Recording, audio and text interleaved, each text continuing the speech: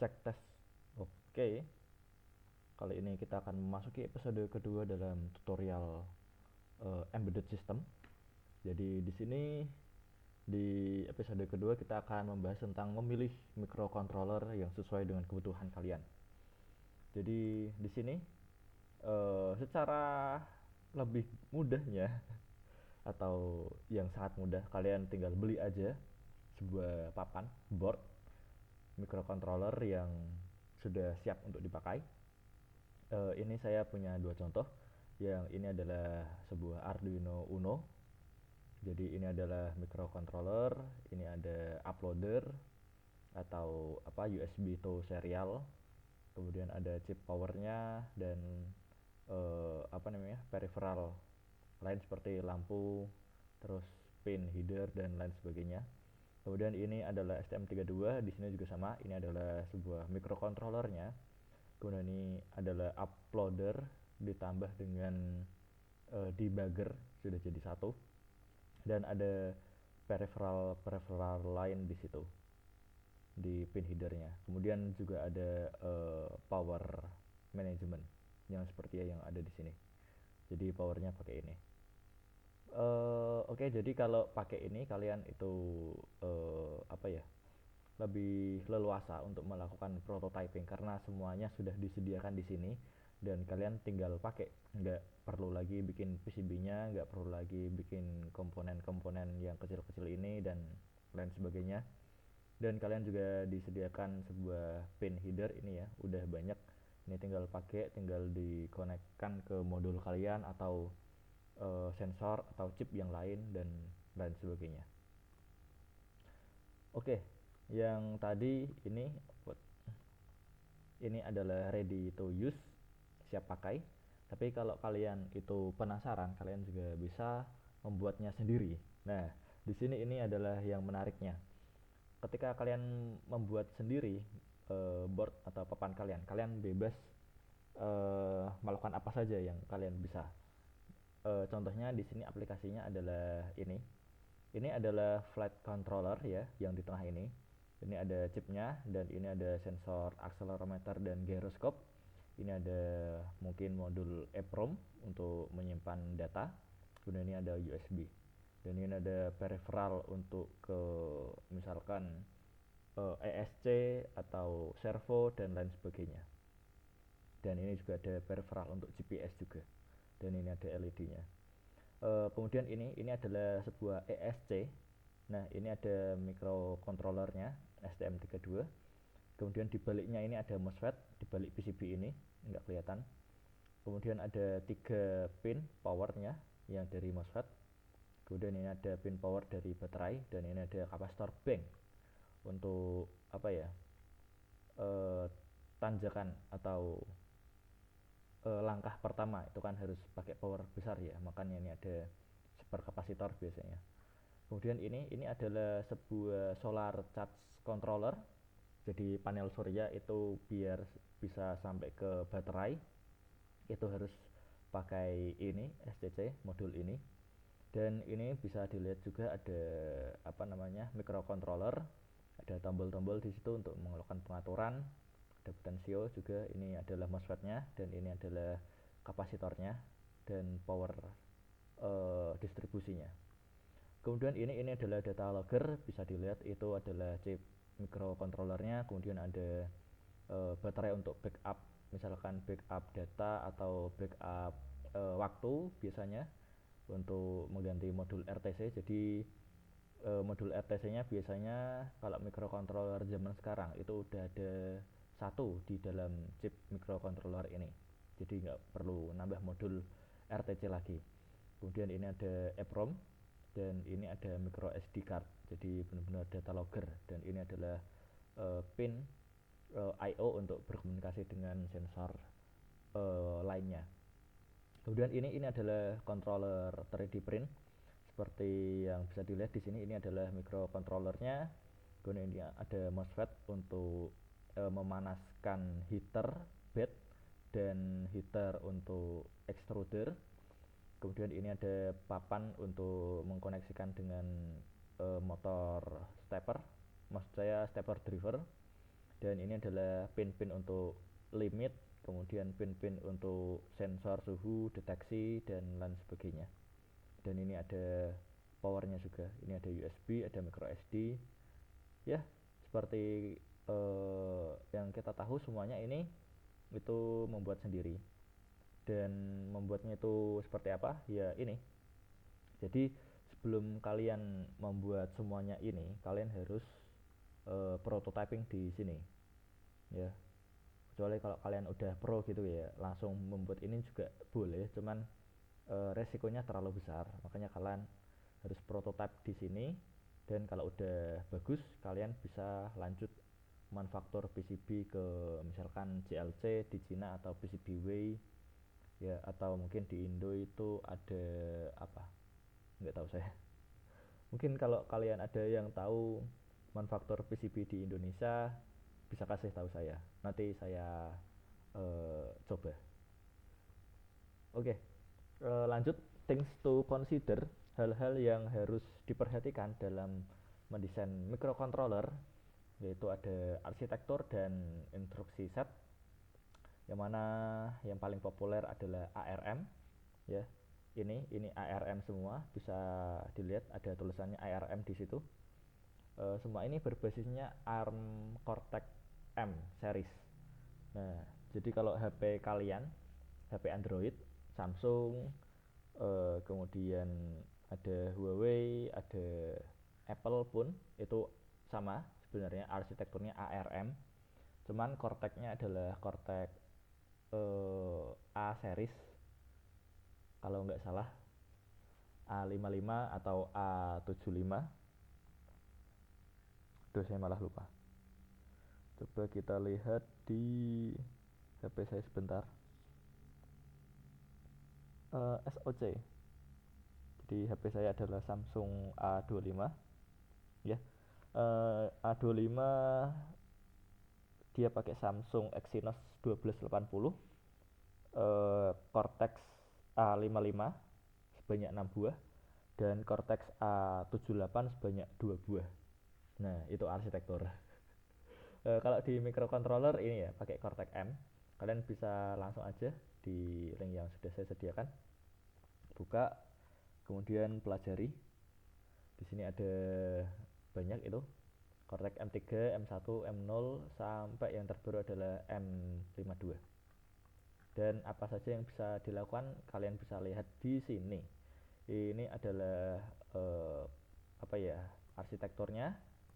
Kemudian ini adalah apa ya, sebuah hal yang bisa dilakukan oleh arsitekturnya. Jadi misalkan di sini ada MPU, ada single cycle IO port, data cache, ECC, dan lain sebagainya. Kalian bisa baca aja di situ. Ini adalah apa ya, pembahasan yang berbeda dari microcontroller. Jadi ini nanti masuknya adalah teknologi digital. Nanti saya juga buatkan tutorialnya, mudah kok. Nah, dan ini adalah instruksi set variasinya. Jadi apakah prosesor kalian itu bisa melakukan perkalian, pertambahan, pembagian, terus fungsi akar, jadi fungsi matematika yang sederhana-sederhana, core, nor, or, dan lain sebagainya itu ada di sini semua. Nah, DSP, double precision, floating point, jadi apakah prosesor kalian itu bisa menangani angka koma, itu ada di sini juga. Oke, lanjut aja. Kemudian clock speed. Jadi untuk microcontroller itu ada apa ya, banyak sekali contohnya, jenisnya, dan clock speednya juga berbeda-beda. Di sini saya akan memperlihatkan kepada kalian contoh clock speed 16 MHz. Ini ada pada Arduino Uno Nano, itu 16 MHz, pakainya kan 328p ya, Atmel AVR 328p. Kemudian kalau ini, yang ini STM32, itu dia clocknya bisa sampai 240 MHz. Itu jauh sekali sama yang ini. Kemudian kalau kalian tahu apa namanya, SP32, Itu kalau nggak salah ya sama 240 MHz. Kemudian lebar bit, jadi berapa banyak data yang bisa dieksekusi oleh prosesor, itu ada 8 bit, 16 bit, dan 32 bit. Jadi untuk yang Arduino Uno, Arduino Nano itu 8 bit. Untuk yang ARM atau biasa STM32 ada di STM32. Jadi STM32 itu beli lisensi dari ARM, dan ARM memberikan sebuah lisensinya gitu. Jadi ini lisensinya, bisa kamu bikin chipnya gitu. Itu dia basisnya 32 bit. Jadi sekarang ada tren 32 bit microcontroller, microprosesor itu lebih murah daripada 8 bit. Itu tren sekarang. Jadi sekarang kalian nggak usah bingung-bingung 8 bit atau 32 bit. Jawabannya pasti 32 bit karena lebih murah, lebih powerful, dan lebih banyak fiturnya. Kemudian ukuran flash memory. Nah, ini adalah beberapa ukuran yang ada. Untuk STM32 biasanya di sekitar 64, 128, dan 256. Arduino Uno ada di 32 kilobit. Kemudian ukuran RAM, ini ada 2KB, 8KB, 20KB, dan 512KB. Arduino Uno di 2KB. Kalau STM32 itu biasanya paling kecil 20KB ya. 20KB ini di Bluepill STM32F103 itu di 20KB RAM ya. Kemudian peripheral, apakah board microcontroller atau microcontroller kalian itu punya UART, kalau punya ada berapa banyak, I2C, SPI, I2S, ADC, timer pun ini penting juga. Mungkin kalau kalian udah terbiasa pakai Arduino itu timernya kadang nggak bisa dikontrol karena kalian pakai library. Tapi nggak masalah, nanti kita belajar bagaimana timer itu digunakan. Kemudian Ethernet, WiFi, Bluetooth, Zigbee. Jadi ini adalah peripheral khusus untuk komunikasi via wireless dan wired. Ini penting, tergantung kebutuhan kalian. Kemudian konsumsi daya dan tegangan operasi. Nah, ini yang biasanya dipertanyakan banyak orang. Jadi secara sederhana, semakin rendah tegangan operasinya semakin irit dayanya. Contohnya di sini STM32 ini semua IO-nya itu 3,3 volt. Misalkan ini ya, kalian hidupin dan matiin satu pin ini, itu mati dan hidupnya itu 3,3 volt dan 0 volt. Kalau di Arduino Uno mati dan hidupnya itu 5 volt dan 0 volt, ya kan? Nah, mungkin kalian akan memilih Arduino Uno karena banyak sekali modul yang tidak mendukung 3,3 volt. Jadi modulnya itu cuman mendukung 5 volt gitu kan. Nah, tapi sekarang itu sudah bergeser karena banyak modul yang menggunakan 3,3 volt. Dan itu adalah berita bagus karena dengan rendahnya voltase kalian dapat lebih efisien sistem kalian. Jadi misalkan sistem kalian berjalan di atas power baterai gitu ya, sistem kalian atau project kalian itu bisa tahan lebih lama daripada yang pakai 5 volt seperti itu. Jadi apakah 3,3 volt itu buruk? Ya enggak juga jawabannya. Tapi apakah 5 volt itu buruk? Ya jawabannya ya tergantung. Misalkan kalau kalian punya modul yang 5 volt ya, enggak ada support 3,3 volt ya, ini juga enggak masalah. Tapi ini ya juga bisa 3 volt dinaikkan ke 5 volt juga bisa. Jadi jangan pusing-pusing ya kalau saya terangkan seperti ini. Ini hanya nutshell aja. Jadi semakin kecil voltasenya, semakin efisien microcontrollernya. Seperti itu. Oke, kemudian bentuk fisik itu ada QFP, LQFP, BGN, BGA. Untuk selengkapnya bisa kalian lihat di sini Wikipedia. Nah, seperti ini. Ini adalah QFP, Quad Flat Package. Jadi ada 4 sisi, dan itu di SMD. Contoh-contoh yang lain seperti ini, dan pinnya itu bermacam-macam ya, ada banyak sekali pinnya. Ada yang 64 pin, ada yang 32, ada yang 144 dan lain-lain. Ini contoh variasinya. Oke, lanjut. Kemudian yang terakhir adalah harga. Walaupun harga saya taruh terakhir, tapi ini nggak menentukan urutannya. Tetapi ini adalah urutan yang biasanya saya gunakan untuk melakukan uji coba atau prototyping produk gitu. Ini adalah urutannya. Jadi harga saya taruh ke terakhir karena ya harganya itu sudah sekarang affordable lah. Sudah di bawah 100.000 itu kalian sudah punya 32 bit, terus 240 MHz, ARM, RAM-nya itu flash memorinya 128, RAM 20 kilobit. Ini ada semua kecuali yang ini, yang 4 ini terakhir. Konsumsi dayanya juga rendah dan lain sebagainya. Itu hanya di bawah 100.000 dan menurut saya itu sudah cukup murah ya. Worth it lah untuk dibeli. Nah, ini adalah beberapa hal yang harus kalian perhatikan dan yang saya pakai untuk melakukan pengembangan pakai microcontroller. Kemudian apa yang akan saya gunakan? Di sini tentu saja saya akan menggunakan Bluepill. Ini Bluepill dari WX Studio yang ada tipe C-nya. Ini kenapa saya pilih ini? Karena dia ori ya. Chipnya ori, bisa di debug. Ini adalah pin untuk melakukan upload dan melakukan debugging. Dan ini adalah pin untuk menyambungkan ke komputer kalian. Ini bisa digunakan sebagai HID, Human Interface Device. Bisa juga digunakan untuk USB VCP, kemudian mass storage device dan lain sebagainya. Pakainya USB tipe C ini.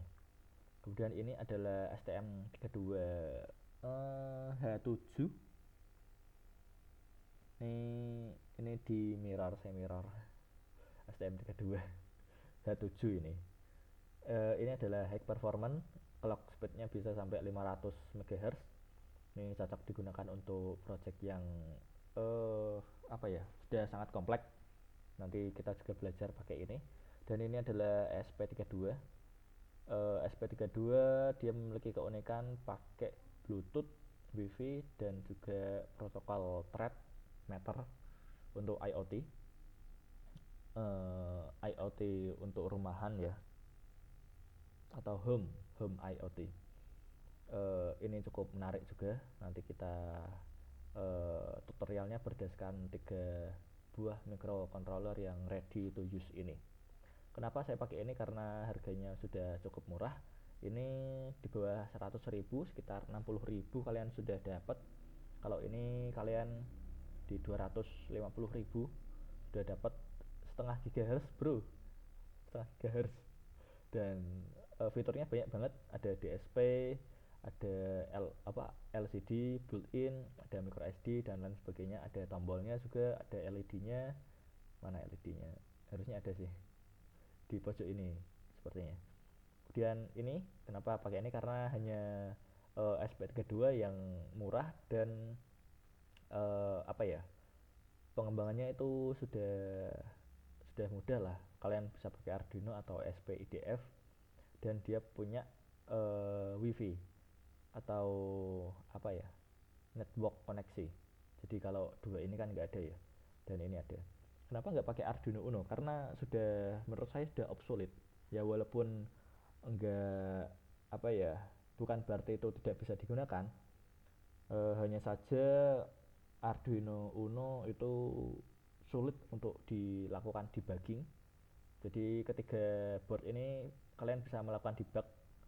Debug itu apa? Misalkan kalian bikin program, terus kalian mau lihat performanya gimana, kemudian kesalahannya itu di mana, kok sensor kalian itu nggak kebaca, nggak jalan dan lain sebagainya, itu pakai debug. Ya kalau ini dia pakai ini USB-nya debugnya. Kalau ini dia pakai ini ya pin eh, serial wire atau debug debug serial, lupa saya, tapi pakai pinnya yang ini. Dan ini juga ini ya pinnya SWD IO dan SWD CLK clock dan IO. Pakai pin ini nanti pakai STM32 link, ST link yang versi 2. Nanti saya juga perlihatkan gimana cara debugnya. Nah kalau ini dia di dalamnya ini kerennya udah ada cetak di dalam chip ini, jadi cuman pakai USB kalian bisa melakukan debugging. Itu kerennya SP32. Jadi kalau ini kan kalian kalau mau debug pakai apa ya board lagi tambahan, kalau ini nggak usah. Oke, mungkin itu aja yang perlu saya sampaikan pada malam ini. Kalau ada pertanyaan seperti biasa, tanyakan via WA di nomor ini atau Instagram di sini. Saya tunggu kedatangannya dan pertanyaan kalian. Jadi saya itu suka pertanyaan. Oke, mungkin sekian, kurang lebihnya mohon maaf. Selamat malam.